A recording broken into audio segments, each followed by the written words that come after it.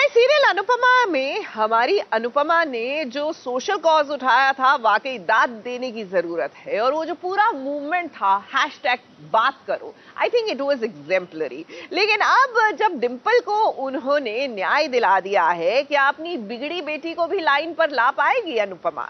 ये सबसे बड़ा सवाल है। मेरी बेटी से कोई ऊंची आवाज में बात करे, ये मुझे बिल्कुल पसंद है। आपको सिर्फ एक साइड की स्टोरी पता है। मेरे पापा से ऐसे बात मत करो। तुम मुझसे ऐसे बात मत करना बाकी। देख, वॉच योर टोन।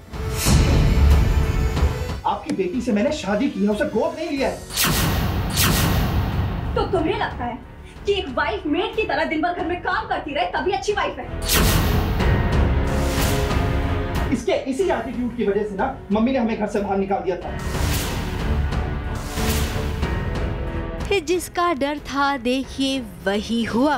पाखी और अधिक के बीच लड़ाइयाँ शुरू हो गई है और इन दोनों की लड़ाई का असर अनुपमा, अनुज और वनराज के रिश्ते पर भी होगा। क्यों सुनो, जब मुझे पता ही लड़का झूठ बोल रहा है। हो सकता है स्वीटी झूठ बोल रही है।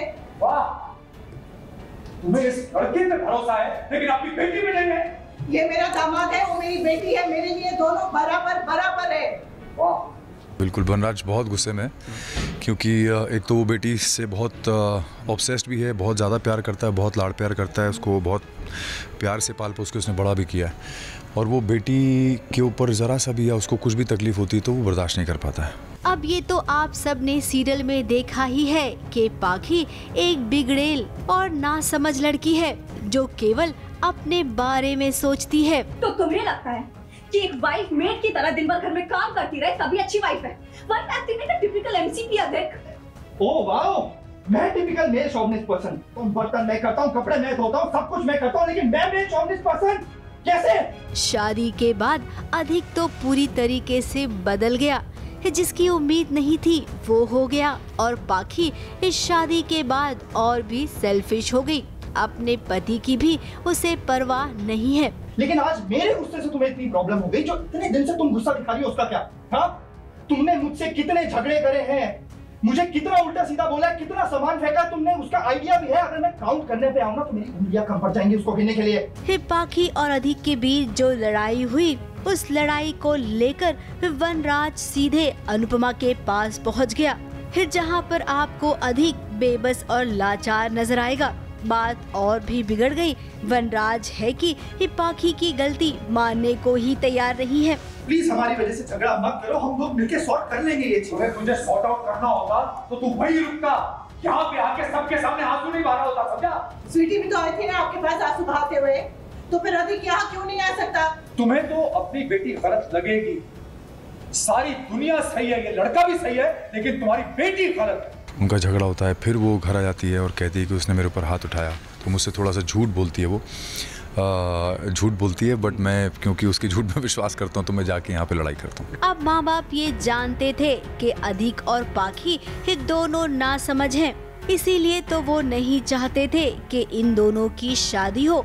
लेकिन परिवार वालों के खिलाफ जाकर ये दोनों ने शादी कर ली और अब नतीजा क्या हो रहा है वो आप सबके सामने है। फिलहाल रिश्तों में दरार आएगी।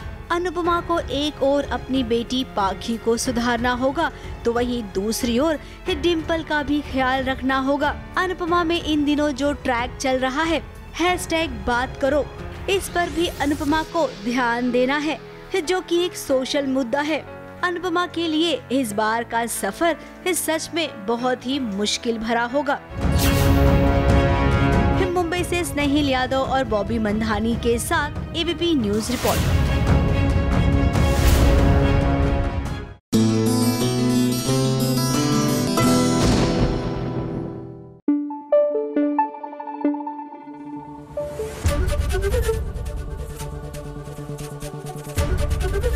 एबीपी न्यूज आपको रखे आगे।